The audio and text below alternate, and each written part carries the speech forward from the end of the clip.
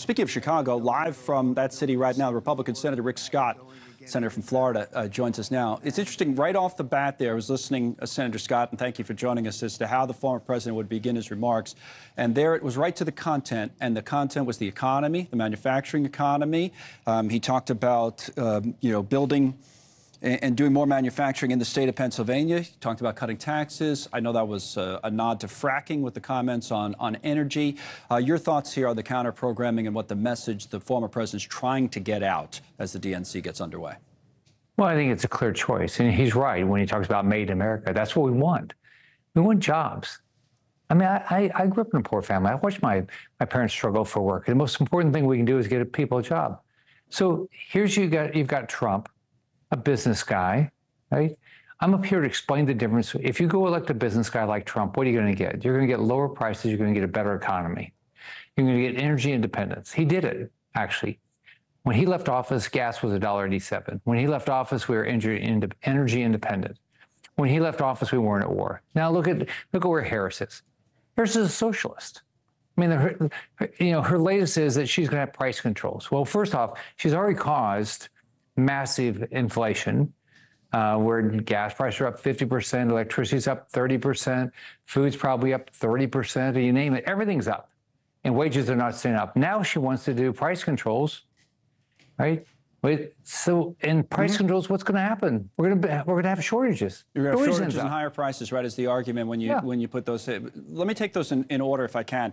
I want to talk about energy in a moment. I think that's actually an interesting conversation, especially in Pennsylvania, and especially when we look at the energy levels that, the way we're pumping out oil right now. Vice President's comments on fracking obviously has changed her position. What you make of that politically? On the other point you're making, though, which you're alluding to, her comments last week. $25,000 new home buyers, things like that. Even economists that are a little bit left of center were critical. You probably saw that, saying, to your point, that at best this is gimmicky stuff.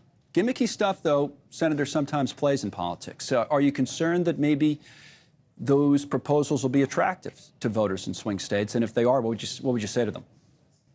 Well, as I talk to people in Florida, here's what it's almost to a person. They say, under Trump, I was making more money. Under Trump, I had a full-time job. Under Trump, I was willing to actually take some risk and open up a business. I'm not doing that now. People are worried about the economy. They look at the prices are up. They look at it's just a pain in the rear to do anything now with the Biden administration. So I think in my state, there's no interest in California socialism. As you know, we have a lot of people from Latin America. They walked away from socialism. We know what it is.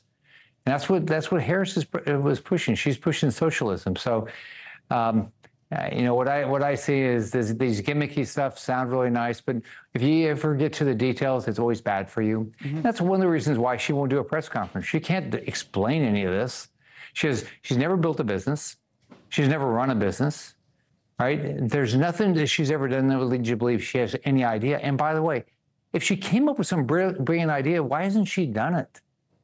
I mean, she's had 3.5 years as the vice president of the United States of America. Said the right-hand of Joe Biden. Why hasn't she done it? And she says she's going to do stuff day one. Well, what about the last 3.5 years?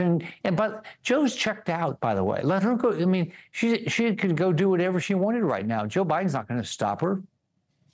Well, go do it. Let's see how it works. Let me ask you about. She knows it's not going to work. Let me ask you about energy now for a moment. This is a poll. This is kind of interesting, actually. By the way, we talk about the economy. That poll that we just flashed up breaks it down on gender lines. And for whatever reason, women are, maybe it's because she's a woman herself, Kamala Harris, running as a woman and doing very well in the polls right now with female voters. You give a little more benefit of the doubt on the economy. This is just on the economy, not overall, than men, right? Which, heavily favor Trump on this issue. It's been an advantage Republican issue for quite a while. Suburban women are a key voting demographic, as you know, especially in a place like Pennsylvania where the president is. So what do you make of those numbers? It's kind of interesting. Well, my experience is people care about the same things. They want a job. They want self-sufficiency. Their future is their kids. They want their kids to get a great education, so they want school choice. They want to be safe. Thanks so much for watching. Just go to joinnn.com to find News Nation on your television provider. And don't forget to click the red subscribe button below to get more of News Nation's fact-driven, unbiased coverage.